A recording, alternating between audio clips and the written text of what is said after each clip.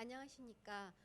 오늘 30일의 범국민 추모제 사회를 맡은 박종철 기념사업회 사무처장 이현주입니다.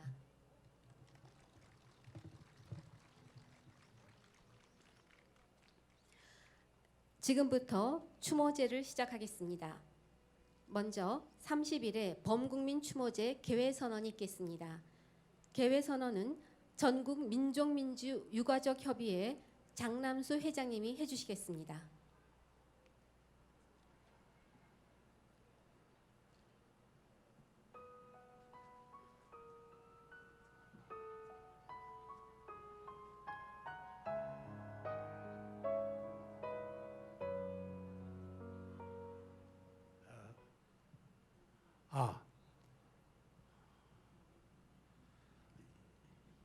민족민주유가족협회 회장 장남수입니다.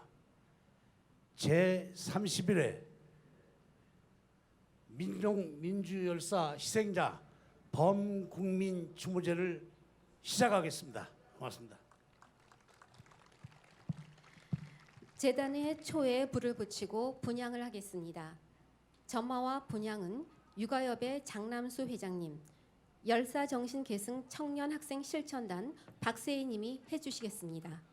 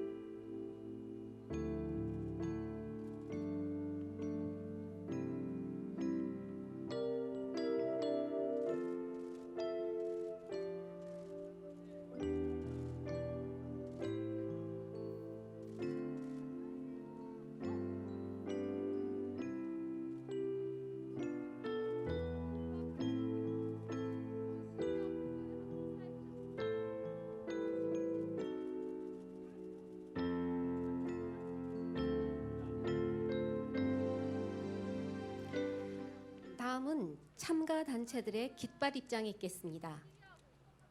깃발 입장.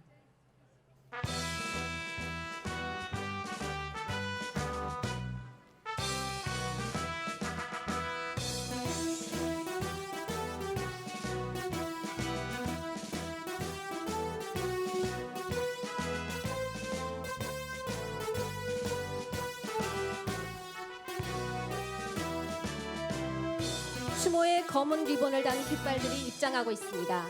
깃발들은 영정단 무대 뒤편에 부착하도록 하겠습니다.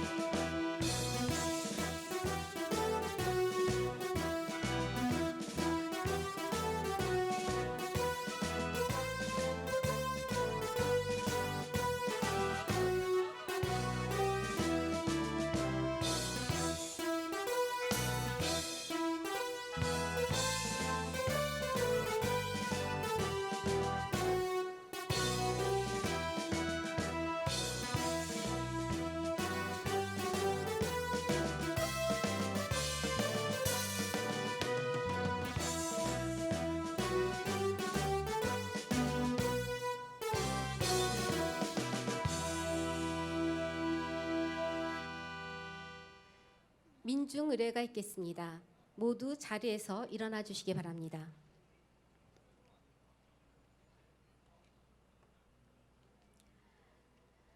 이 땅의 자주민주 통일과 노동 해방을 위해 산화해 가신 민족민주열사 희생자들을 기리며 열사들의 염원을 받들어 투쟁하겠다는 결의를 담아 묵상하겠습니다. 일동 묵상.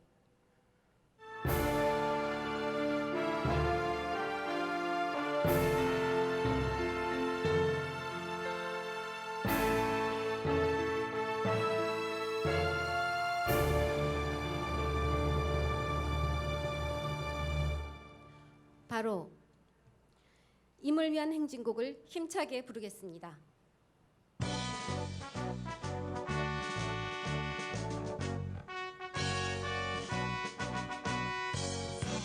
사랑도 명예도 이름도 남김없이 한평생 나가자던 뜨거운 맹세 움지는 한대 오고 깃발만 남겨 새날이 올 때까지 흔들리지 말자. 세월은 흘러가도 상처는 안다. 깨어나서 외치는 뜨거운 함성. 앞서서 나가니 상자여 따르라. 앞서서 나가니 산자여 따르라.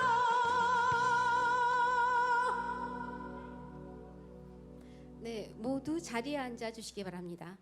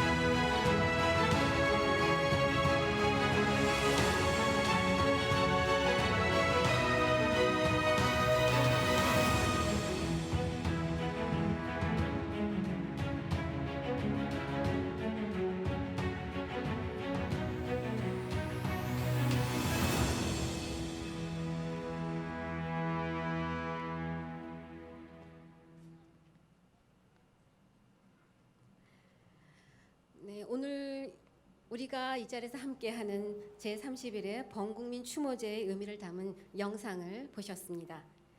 다음은 추모위원회를 대표해서 명예 추모위원장이신 이창봉님을 모시고 추모사를 듣도록 하겠습니다.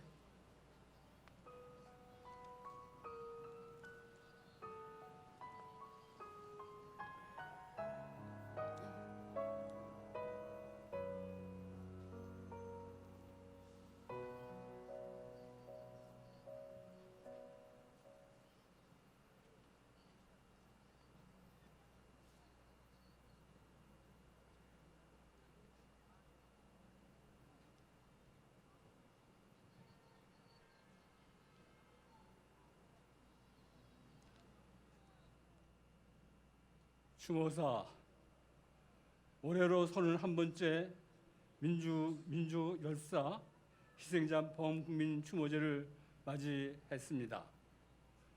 이 땅의 민주화, 인권, 평화와 통일을 위한 노정에서 기꺼이 자신의 피와 땀을 바쳤던 열사들, 독재와 분단, 전쟁의 고통 속에서 희생되었던 수많은 희생자들의 영령 앞에 깊은 존경과 애도의 마음을 표합니다.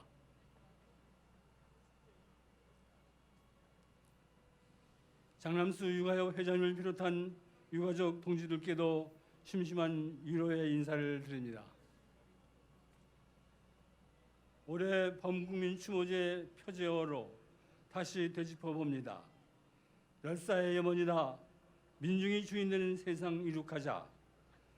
민중이 주인되는 세상 가장 근본적인 그 지향을 오늘 우리가 다시 되새기는 것은 위대한 촛불 항쟁의 성과들이 허망하게 사라지는 것 같은 처참한 현실을 목도하고 있기 때문입니다. 촛불 항쟁의 토대 위에서 집권한 정치 세력들은 나약하게 타협하며 또 다른 기득권으로 전락하였습니다. 어렵게 시작된 남북 대화와 협력은 미국의 간섭을 넘지 못해 중도 반단되었고 사회적 양극화는 심해졌으며 민주화운동 희생자들의 명예회복도 민주개혁도 제대로 실현되지 못했습니다.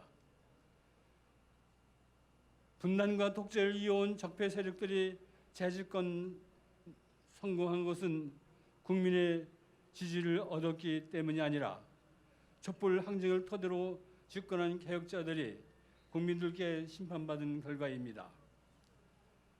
정치가 바뀌어야 사회가 바뀐다는 명제를 저버린 저들에게 기대할 수 없기에 민중 스스로 정치와 사회를 바꿔내는 영향력을 만들어야 합니다. 민중이 존중되고 민중의 이익이 지켜지며 민중의 참여가 보장되는 세상, 민중이 주인되는 세상을 우리가 직접 열어내야 합니다. 윤석열 정부는 취임 이후 대부분 적대 한미 동맹 강화, 대북 적대 한미 동맹 강화, 재벌 위주 정책을 공언하고 있습니다. 인사의 면면을 볼 때 검찰 공화국을 방불케 하며 공안 탄압에 대한 우려도 높습니다. 그러나 저들의 집권은 모래 위에 쌓은 성과 같이 허약할 수밖에 없습니다. 민중들은 저들을 지지한 것이 아니라 개혁 세력들이 제 역할을 하지 못한 것을 심판한 것일 뿐 그 때문입니다. 저들이 반민중, 반평화, 반인권 정책을 펼칠 때마다 고통받는 모두가 다시 떨쳐 일어나 온몸으로 저항에 나설 것이기 때문입니다. 오늘 열사 희생자들 영정 앞에서 다시 마음을 가다듬게 됩니다. 열사 희생자들의 뜻을 기리는 것은 오늘날 민중들의 고통을 빠뜨리고 있는 세력들에게 맞서 싸우고 민중이 주인되는 새로운 세상을 건설하는 길임을 압니다. 모두 함께 적폐의 굴레를 박차고 자주, 평화, 민주, 통일의 길로 힘차게 나아갑시다. 민중이 주인되는 새 세상에서 열사 희생자들의 넋을 평화로이 추모할 수 있도록 함께 노력합시다. 다시 한번 열사 희생자들께 깊은 추모의 마음을 드립니다.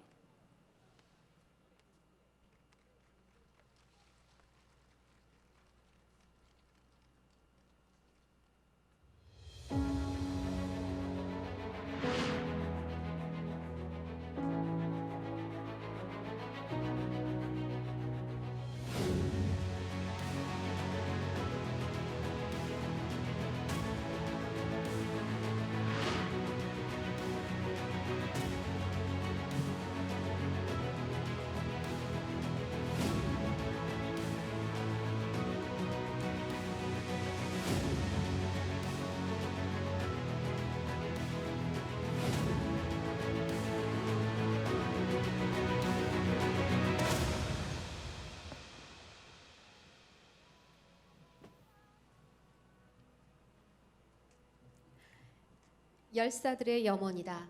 더 이상 민중을 고통으로 내몰지 마라.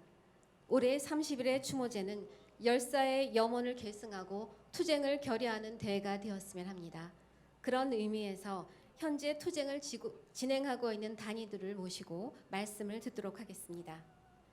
화물연대 본부 박재석 사무처장, 전국 여성농민의 총연합 양옥희 회장, 노량진 수산시장 윤헌주 지역장님을 모시고 뜨거운 투쟁의 결의를 듣도록 하겠습니다.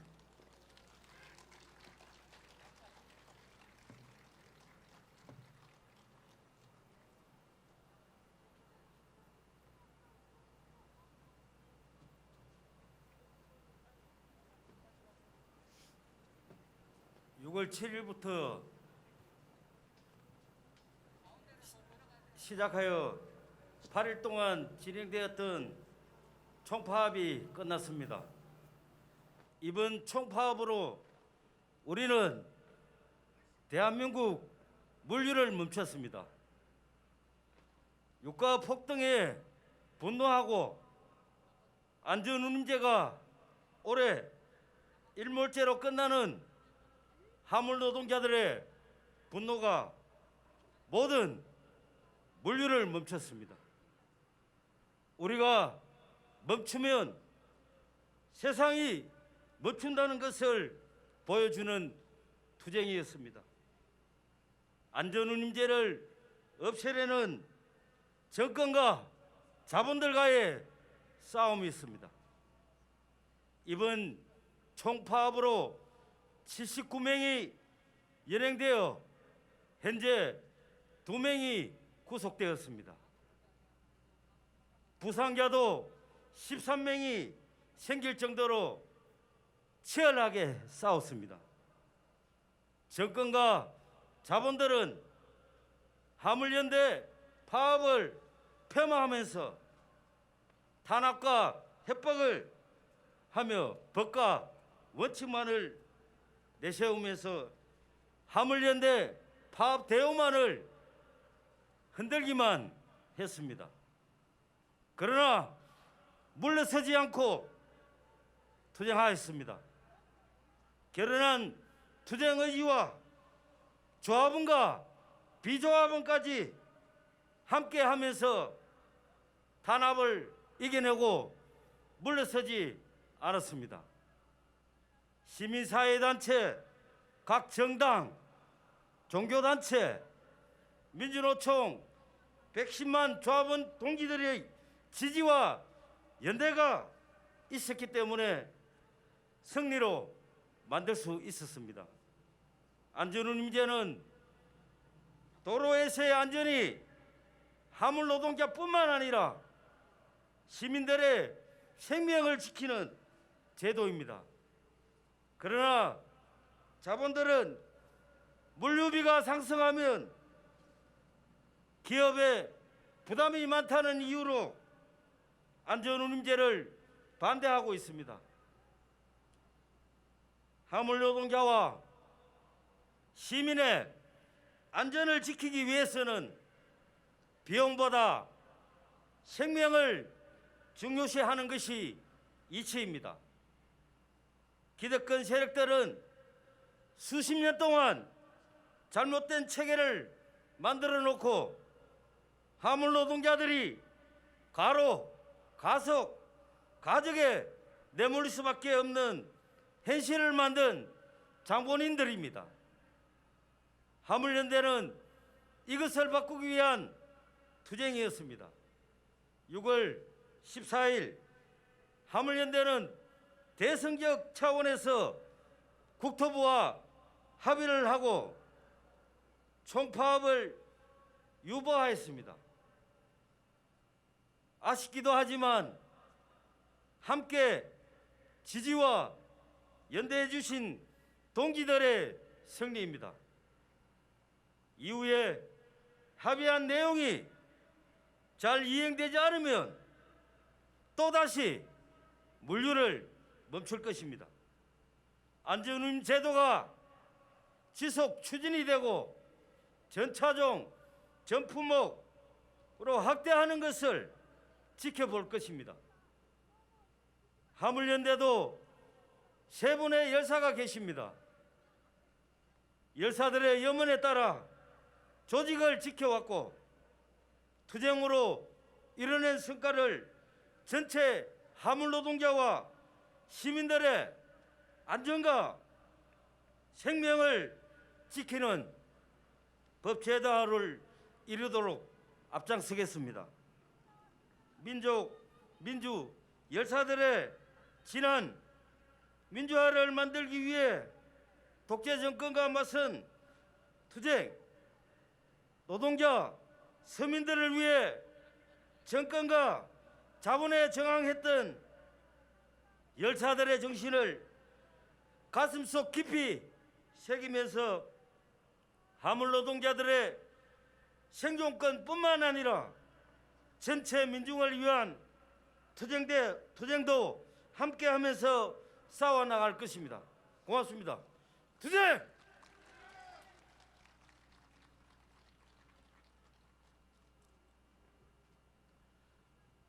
안녕하십니까.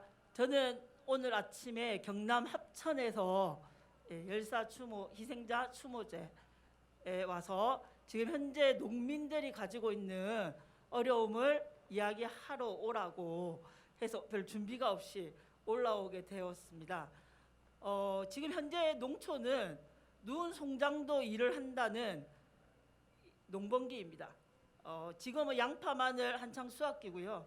양파 마늘 수확이 끝나면 모를 심고 우리 국민이 먹는 쌀을 재배하려고 이제 열심히 또 모집는 일을 할 것입니다. 저는 사단법인 전국 양파 생산자협회에서 정책위원장 일을 맡고 있는 강선희입니다. 반갑습니다. 너무 준비 없이 뭔가를 써서 오라고 했으면 좀 잘 써서 왔을 텐데요.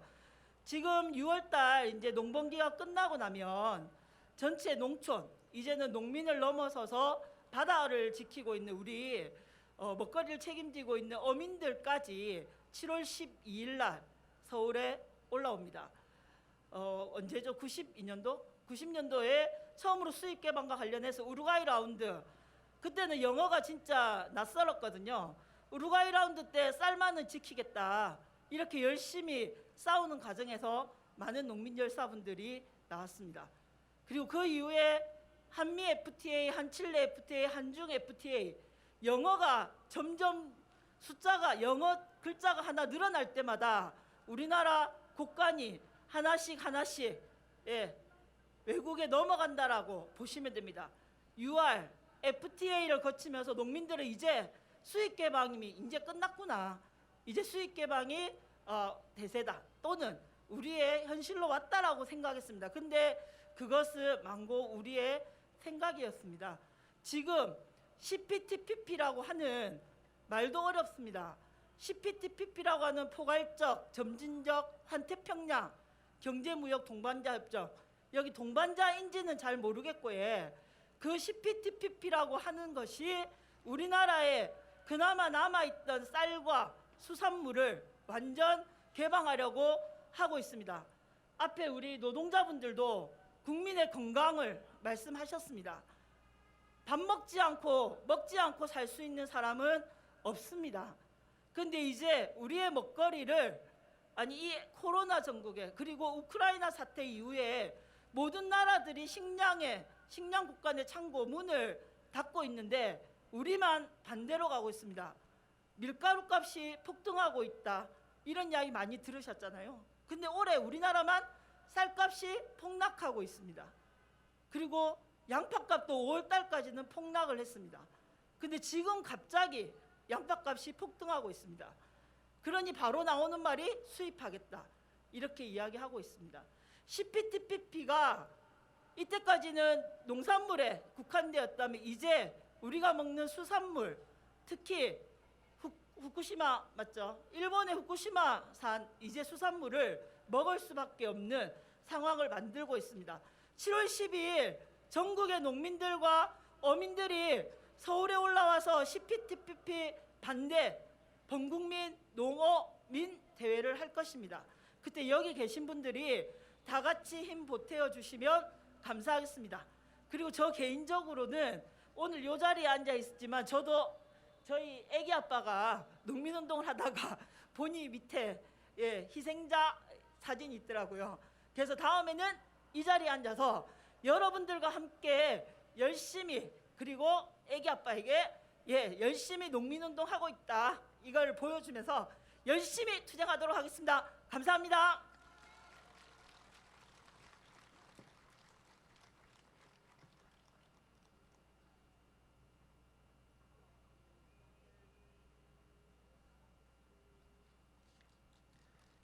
네, 안녕하십니까. 저는 민주노련 노량진 수산시장 지역 윤헌주 지역장입니다.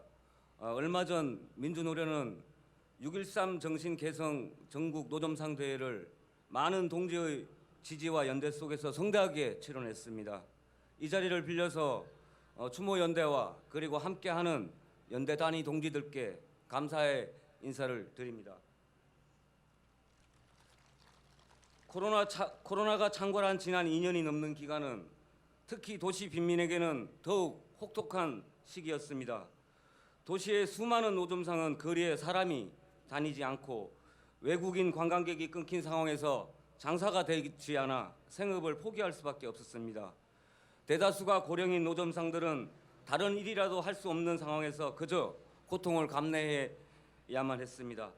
이런 와중에도 지자체들은 노점상에 대한 단속을 자행했습니다. 마포구는 보관소에 있던 마차를 탈취해갔고 서울 중구는 노점 규정안을 노점상 모르게 만들어 놓고 자기들 마음대로 바꾼 규정을 통해 노점상에게 일방적으로 따르라고 요구했습니다. 그러지 않는 노점상들은 과태료 폭탄과 불법 행정 대집행을 자행했습니다.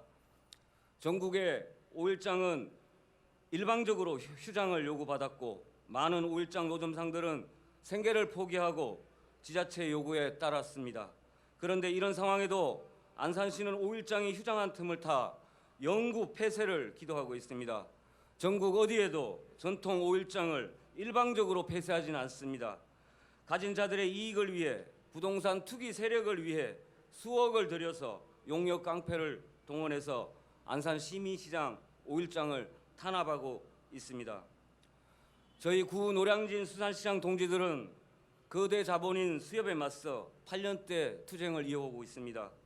수구 정권과 보수 정권 할 것 없이 정권의 비호로 수협은 배를 불려왔고 세계에서 알아주는 시장으로 만드는 저희 시장 상인들은 그 과정에서 희생자가 되었습니다. 우리는 작년 소중한 동지 나세균 동지를 잃었습니다. 그럼에도 동지의 뜻, 동지의 염원인 수협 적폐를 청산하고 상인들의 생존권 쟁취를 위한 투쟁을 수산시장 동지들은 끝까지 이어오고 있습니다. 그리고 느리지만 한 걸음 한 걸음 승리의 역사를 써 내려가고 있습니다. 철거민들에게 살인적인 폭력을 휘두르고 주거권과 생존권을 강탈해 건설 자본의 배를 불리는 개발 지역의 작태는 수십 년 전이나 지금이나 다를 게 없습니다. 자본의 하수인 용역 깡패는 대한민국 법집행관이라는 완장을 차고 포크레인과 물대포, 소화기, 쇠파이프로 철거민들에게 폭력을 휘둘렀고 경찰은 강제철거 용역 깡패를 보호했으며 법원은 이를 합법이라 두둔했습니다. 철거민들은 목숨을 빼앗겼고 살인적인 폭행을 당했으며 주거권과 생존권을 지키려 저항했던 이유로 감옥에 또 가야만 합니다. 대한민국 개발법은 건설 자본의 이윤 추구만을 위한 법이며 대한민국 법이 지켜주어야 할 국민의 기본권은 구속과 철거민들이 목숨을 바쳐 지켜내고 있으며 오늘도 그 투쟁이 이어지고 있습니다. 장애인 동지들은 지금도 기본권인 이동권을 쟁취하기 위해 투쟁하고 있습니다. 보수 세력의 간악한 견제 속에서도 투쟁을 이어가는 장애 동지들에게 더 큰 힘과 연대를 부탁드립니다. 장애 동지들은 장애 등급제 완전 폐지, 탈시설을 외치고 있습니다. 지난 코로나19 시기 장애인들은 보호를 명목으로 집단 수용 시설 안에서 감염병에 완전히 노출되었고 죽음으로 내몰렸습니다. 최근 뇌병변 장애를 앓고 있는 장애인을 그 부모가 살해하는 가슴 아픈 일도 있었습니다. 너무 안타깝습니다. 국가가 장애를 책임져야 합니다. 장애인들도 우리 사회의 일원으로 차별받지 않고 살아갈 수 있도록 해야 합니다. 오늘 범국민 추모제를 통해서 동지들께 약속드리겠습니다. 수많은 빈민 열사의 이름을 기억하고 이 나라에서 진정한 빈민 해방을 위해 투쟁하겠습니다. 고맙습니다.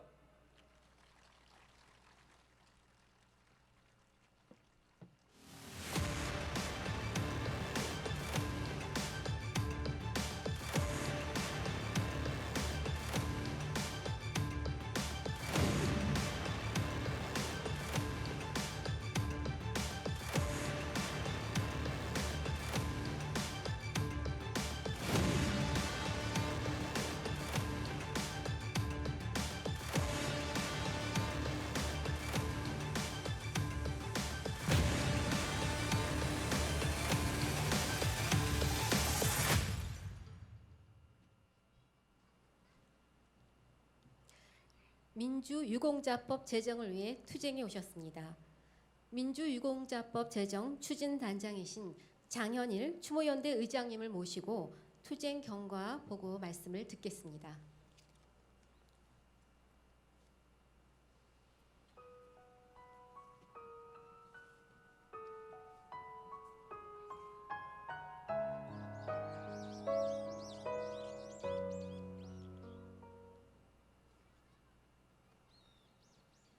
지난 6월 10일 6월 항쟁 35주년 국가 기념식이 열리는 성공회 성당에서 우리 존경하옵는 민주유가족협의회 회원 7분이 삭발식을 단행했습니다. 매우 가슴 아픈 일이었습니다. 삭발식에 참여한 한 어머님은 머리카락이 잘려지는 내내 눈물을 흘리고 말았습니다. 아마도 그분의 머릿속에는 먼저 간 가족의 얼굴이 떠올랐을 것이며 지금 할머니 무릎 위에서 한참 재롱을 피울 손녀의 얼굴도 떠올랐을 것입니다. 왜 어쩌다 열사의 가족들이 열사의 희생이 있었음에도 불구하고 또다시 아픔을 겪어야 했습니까? 민주유공자법은 한 개인의, 한 가족의 문제가 아닙니다. 이 나라가 민주주의를 지키며 산하에 가신 열사와 희생자들의 공로를 인정하고 역사의 반석 위에 오롯이 새겨 다시는 국가폭력을 국민의 뜻과 무관하게 자행하는 독재 정권이 다시는 이 땅에 생겨나지 않게 하는 국가의 대사입니다. 지금 정치권은 20년간의 노력에도 그리고 1인 시위는 지난 6월 1일부터고 텐트 농성을 한 지는 지난 10월 14일부터니까 벌써 텐트 농성을 한 지도 8개월이 지났습니다. 그처럼 올해 해를 넘기며 투쟁을 하고 있음에도 꿈쩍도 하지 않고 있습니다. 현재의 상황을 한마디로 정리하면 이렇습니다. 국민의힘 반대, 민주당 미온적. 결국 우리의 힘으로 유가족과 민족민주운동 세력의 힘으로 이 문제는 풀 수밖에 없다고 저희는 생각합니다. 5년 임기의 대통령 선거보다 4년 임기의 지자체 선거보다 민주주의를 올바로 정착시키는 유공자법 제정이 훨씬 더 중차대한 문제가 아니고 무엇이겠습니까? 저희들은 민족, 민주, 유가족 투쟁하는 분들과 함께 이 투쟁 끝을 볼 예정입니다. 함께 해주십시오. 그리고 이 자리에 현재 투쟁의 주인공들이 와 계십니다. 그래서 그분들을 한 분 한 분 단상으로 모셔서 간단하게 인사를 하는 순서를 갖도록 하겠습니다. 제가 소개를 올릴 때마다 물론 다른 유가족도 함께 하시지만 이번에 삭발을 단행하신 분들만 특별히 조금 앞으로 모셔보도록 하겠습니다. 한 분 한 분 소개될 때마다 힘찬 박수로 격려해 주시길 부탁드리겠습니다. 자, 유가협 장남수 회장님, 현재 유공자법 투쟁을 선두에 이끌고 계시고 1995년 사망한 장현구 열사의 아버님이십니다. 앞으로 나와 주십시오. 유가협 강선순 총무님, 1996년 사망하신 권희정 열사의 어머님이십니다. 유가협 조인식 부회장님, 1984년 분신투쟁으로 사망하신 박종만 열사의 부인이십니다.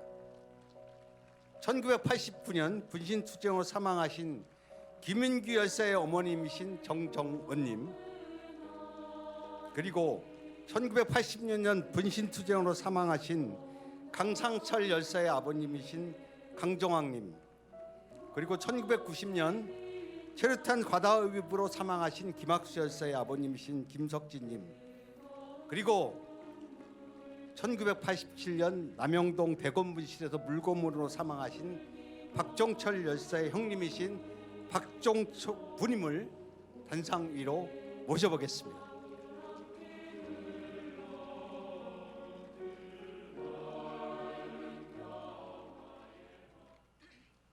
예, 저는 여기서 말을 마치고 우리 장남수 유가협 회장님의 소회를 간단히 듣는 걸로 유공자법 제정 투쟁의 보고를 마치도록 하겠습니다.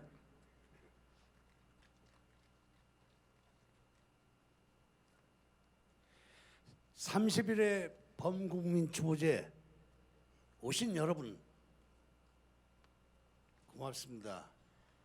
대한민국 애국민주신문이십니다. 오늘 오신 분들은 모든 분들에게 유가협을 대표해서 감사 인사드립니다. 감사합니다. 우리가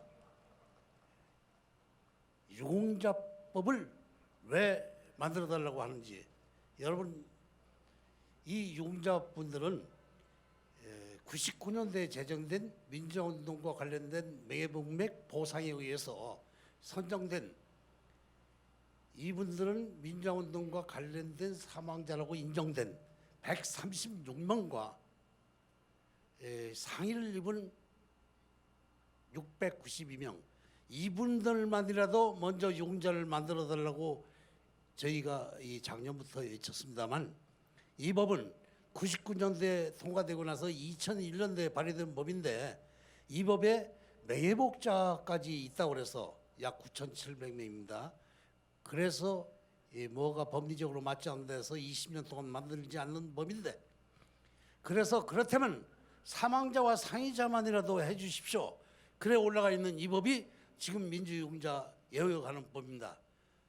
여기 오신 애국시민 여러분 모두 우리 이 법을 만들어야 되는 이유는 87년 6월 항쟁이 일어나게 된 그 장본인 박종철, 이한열, 이 두 분 전태일을 비롯한 136명이 이분들마저 국가유공자가 안 됐습니다. 우리나라에는 국가유공자 범위가 세 부류가 있습니다. 독립유공자, 호국유공자, 민주유공자인데 그 민주유공자 중에 4.19 혁명 때 했던 분들이 통과됐고, 그리고 5.18 민주유공자분들이 있습니다. 우리 이 민주유공자법도 2001년도에 5.18법과 똑같이 올라갔었는데 심사 중이라는 명목으로 조금 미뤘던 게 지금까지 오게 됐습니다. 여러분, 이 법 만들어야 되는 게 맞습니다. 저는 억울합니다. 왜 우리나라 민주주의를 이만큼 발전시키는데 자기가 삐와 펴와 피를 섞어서 시선한 분들에게 우리 대한민국은 왜 예우를 안 합니까? 오늘 오신 애국 시민 여러분, 이 법 제정하는 데 동참해 주시고 성원해 주십시오. 감사합니다.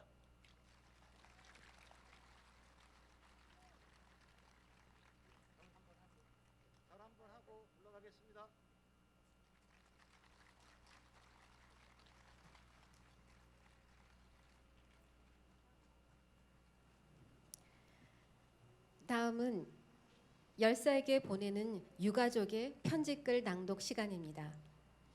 1987년 야만적 인권 유린인 선도 공작으로 산화하신 최우혁 열사의 형님 최종수님을 모시겠습니다.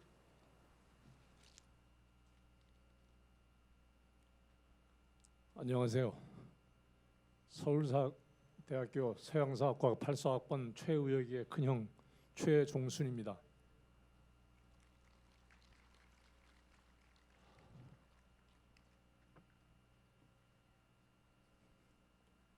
저는 그저께 이 자리에서 동생에 보내는 편지를 써달라고 그래서 이틀에 걸쳐서 6번의 반복성을 거쳐서 장고에 글을 써왔더니 아까 와서 물어보니까 4분이랍니다. 시간 제한이. 제가 오늘 집에서 연습을 해보니까 18분 걸리더라고요. 그래서 들으면서 계속 지금 수정해가지고 4분에 맞춰 갖고 왔습니다. 잘 되는 거 모르겠습니다만은.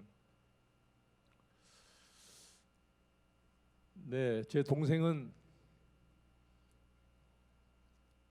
우리가 흔히 말하는 한양대학교 리영희 교수님의 글을, 송건희 평론가의 글을 고등학교 때 다 이미 읽었습니다. 그리고 대학을 들어갔으니 그 대화 생활이 온전하지 않겠죠. 편지를 쓰기 위해서 우혁이 추모집에 있는 일기를 다시 한번 읽었습니다. 3일 동안 사실이 과거 그 기억을 다 떠올리기가 결코 쉽지는 않았습니다. 1학년 들어가자마자 경제법학과 서클에 가입해가지고 세미나로, 주말엔 세미나 가죠. 2박 2일, 2박 3일. 선배 집에 합숙해 가면서 공부를 엄청나게 했겠죠. 시위에 참가하더니 이제 집에 안 들어온 날이 수두룩하고 구류 살고, 어느 날 들어오면 체류탄 냄새가 가득한 날이 이제 많아지면서 놀라기도 했고, 저희 어머니는 이제 불안한 심정이 강해지기 시작했습니다. 고등학교 친구가 재수하는 동안에 우혁이를 만나서 나눈 얘기입니다. 내가 재수하던 시절에 우혁이가 멍자국을 보여주며 형사로부터 들은 얘기라고 하던 강제 징집 공식, 이게 84년의 얘기입니다. 그 새끼가 그러는데 경찰에 잡힌 지 며칠 만에 군대로 끌려갔다가 6개월 만에 첫 휴가를 주는데 집에서는 그때 처음 자식이 군대 간 줄 안다는 거야. 다시 복귀하면 몇 주 후에 자식이 죽었으니 시신 가져가라고 통지가 오고, 부모님이 가서 보면 자식은 이미 뼈가루로 되어 있더라.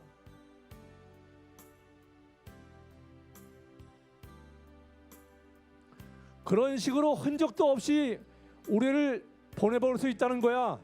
미친 새끼들 했는데, 제가 지금 녹화 선도공작 의문사 대책위원회 가족 대표입니다. 이렇게 죽은 애들이 정성희, 이윤성, 한영현, 김두황, 지난 금요일 날 김두황 추모제를 오후 5시에 했습니다. 그 김두황이가 고대에서 학생운동 한 거를 고문과 협박에 의해서 그걸 자백해 놓고 81년인가요? 자백해놓고 자기 때문에 김도환이가 죽었다고 20년을 자책하다가 우울증으로 올 봄에 그 친구가 암으로 죽었습니다. 20년간 자책하다가 이제 벗어났대요. 그나마. 사실은 그 친구가 자백하기 전에 이미 경찰이 파악하고 드러났는데 자기 때문에 친구가 죽었다고 자책하고 20년을 살았답니다.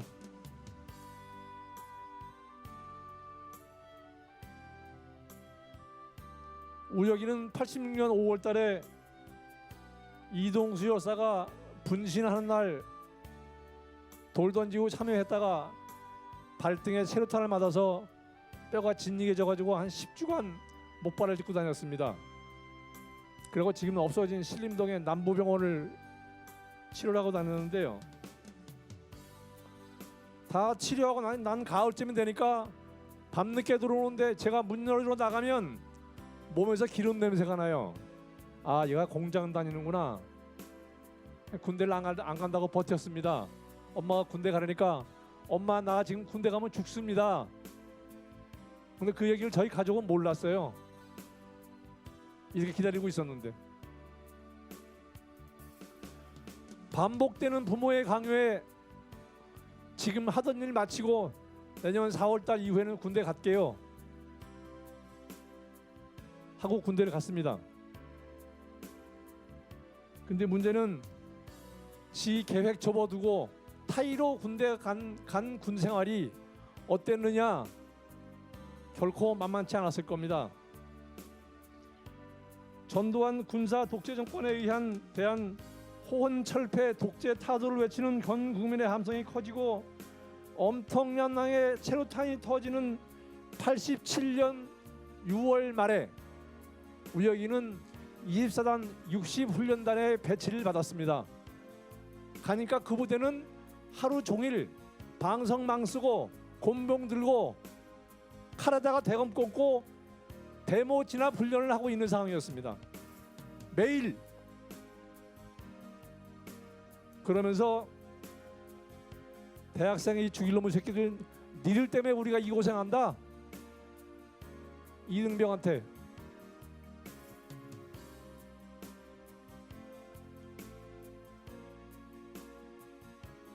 거기다가 야 서울대 들어갔다며 넌 자세가 그거밖에 안 나오냐? 뒷구멍으로 들어갔네? 비아냥까지.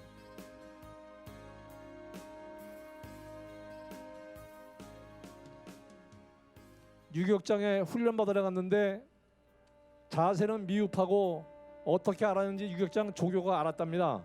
운동권 출신이라는 것을. 아주 구타를 해갖고 팔을 부러뜨렸어요.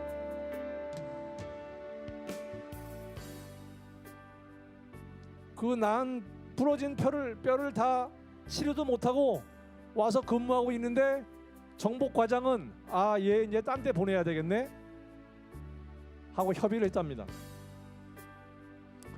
그리고 나서 저와 어머니와 제 여동생 우혁이가 막내니까 그 위에 세 번째 여동생과 8월 23일 날 면회를 갔습니다. 팔에 붕대를 메고 있는데 다 나았으니까 걱정 마세요 큰 소리 치더라고요.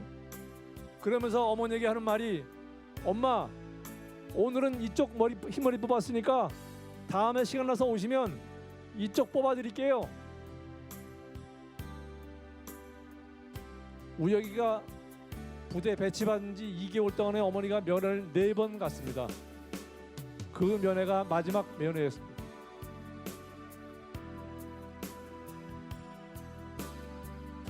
그리고 8월 말일날 친구가 면회 한번 가고 우혁이는 9월 8일날 새벽에 온몸에 휘발유를 끼얹고 분신을 했습니다.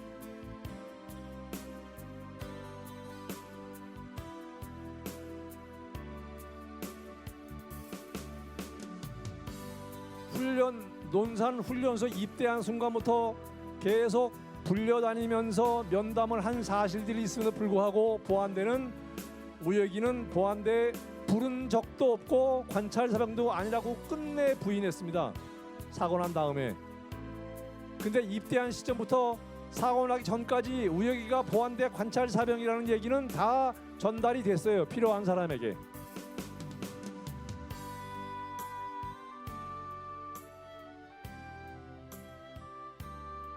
마지막까지 도저히 안 돼서 본인으로 감당할 수 없는 상황에서 분신으로 항거한 우혁이의 죽음을 군 생활이 힘들어서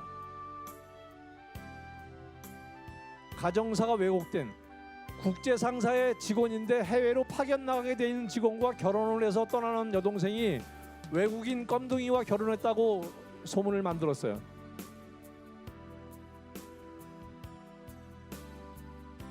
그래서 군 생활이 힘들고 개인 가정사로 비관해서 분신했다라고 발표했습니다.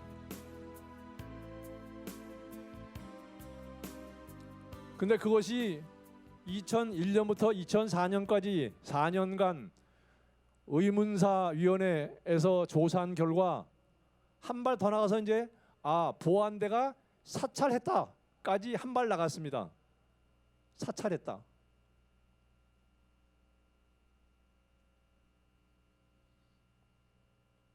그리고 아버지는 2016년에 돌아가셨습니다. 근데 그 의문사위원회 조사관으로 근무했던 아직도 그 밝혀지지 않은 죽음이 많은 거에 대한 죄책감을 가진 전 조사관이 저를 자꾸 찔러서 형 이거 아직 안 된 거 있잖아. 같이 해봅시다. 여러 번 찔려서 저도 끌려 나왔습니다. 나오면서 이제 제 일이 됐습니다. 그 일기 의문사위원회 때 의문사위원회 위원장 조사관이 보안사 앞에 갔더니 문서를 들고 왔는데 하는 말이 그겁니다. 이 자료는 이 나라가 거꾸로 줘도 대통령이 와도 못 준다 라고 말했다는 겁니다. 2004년 초예요. 그런데 8.15 광복절 경축사에서 노무현 대통령이 자발적인 과거사 청산이 필요하다라고 강조하니까 그해 11월에 국방부는 기무사에다가 녹화사업 진상규명 TF를 만들고 한 장도 못 주겠다고 하던 녹화사업 자료 11만 페이지를 넘겼어요. 국방부에다가. 녹화사업만입니다.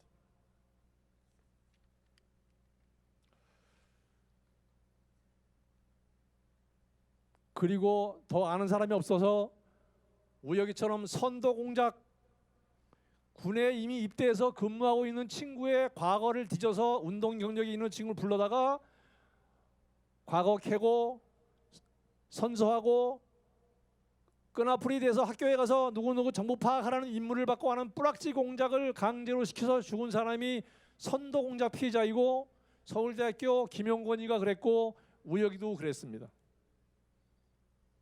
근데 그 결과가 밝혀지지 않았습니다. 그래서 우혁에게 저는 마지막 다짐을 하고자 합니다. 우혁아, 내 억울한 죽음을 밝혀주는 조사는 제2기 진실화해위원회에서 안 되면 한 발 더 앞으로 나가서 뜻 있는 사람들과 같이 국가폭력의 공소시효를 폐지하고 강제 수사 가능한 특별법을 만들어서라도 끝까지 해볼 거야. 포기하지 않으면 이길 수 있다는 신념으로 될 때까지 할 거야. 사랑하는 막내 우혁아, 아버지 어머니와 못다한 가족사항 누리며 편히 잠들어라. 2022년 6월 19일 큰형이 밤새워 썼다. 감사합니다.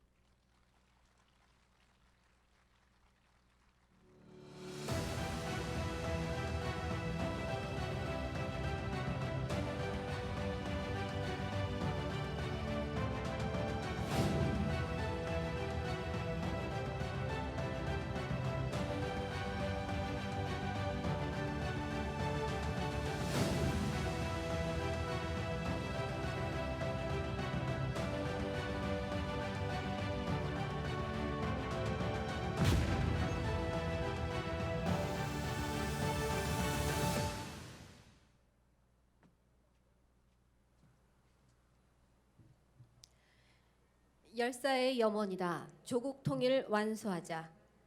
전국 대학생 역사 동아리 연합 박세희 대표님을 모시고 이 땅의 자주와 통일을 향한 결의의 말씀을 듣도록 하겠습니다.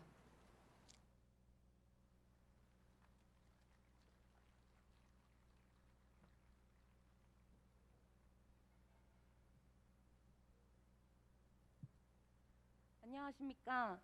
전국대학생 역사동아리 연합대표 박세희입니다. 지난 5월 저는 역사동아리 회원들과 함께 광주 망월동 민족민주열사 묘역을 찾아가 열사들을 만나 뵙고 왔습니다. 짧게는 몇 년, 길게는 몇십 년의 시간을 건너뛰어 열사들 옆에 서게 되었지만 그들이 삶으로 남겨준 메시지는 여전히 이 시대를 살아가는 저희 대학생들에게 큰 울림을 주었습니다. 광주 순례를 함께 갔던 동아리 회원들이 했던 말이 생각납니다. 열사가 이렇게 많은 줄 몰랐다. 민주화를 위해 삶까지 바치셨던 열사들의 이름을 내가 몰랐다는 게 신기하다. 그런 이야기를 듣다 보니 저는 2019년도 제가 처음으로 참가했던 민족민주열사 희생자 범국민 추모제에서의 기억이 떠올랐습니다. 학교 선배의 제안으로 큰 고민 없이 따라간 추모제에서 저 역시 수많은 열사들의 영정을 보고 매우 놀랐습니다. 영정을 하나하나 들여다보며 처음 마주하는 무거운 마음에 여러 생각이 들었습니다.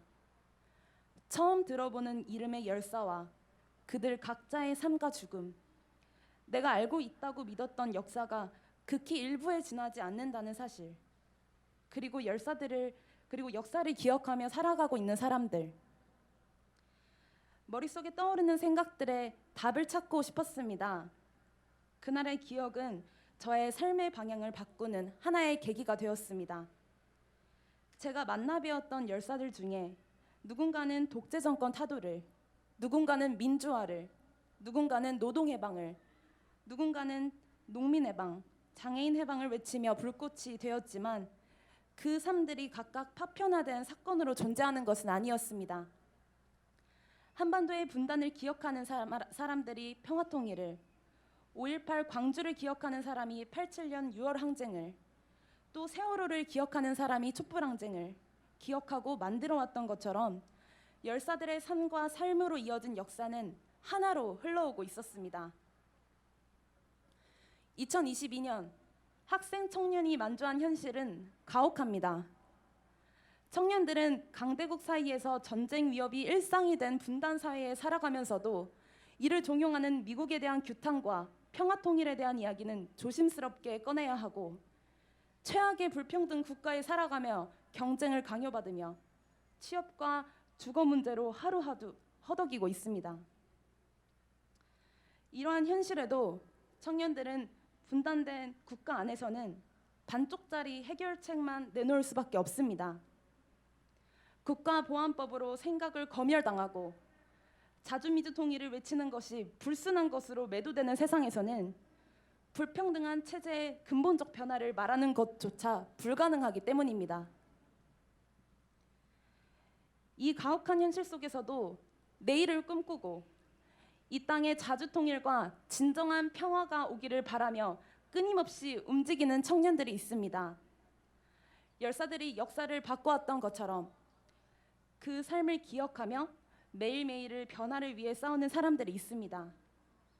열사들의 죽음에서 배우고 삶에서 이 사회가 나아가야 할 방향을 모색하며 살아가는 사람들이 있습니다. 저 역시 열사의 시선 끝을 따라가며 살아가려고 합니다. 이 땅의 자주 민주 통일을 염원하며 살아가셨던 열사들이 남긴 발자국을 이정표 삼아 나중에 열사들 앞에 섰을 때 조금이라도 덜 부끄러운 삶을 살 수 있도록 계속해서 움직이며 노력하겠습니다. 감사합니다.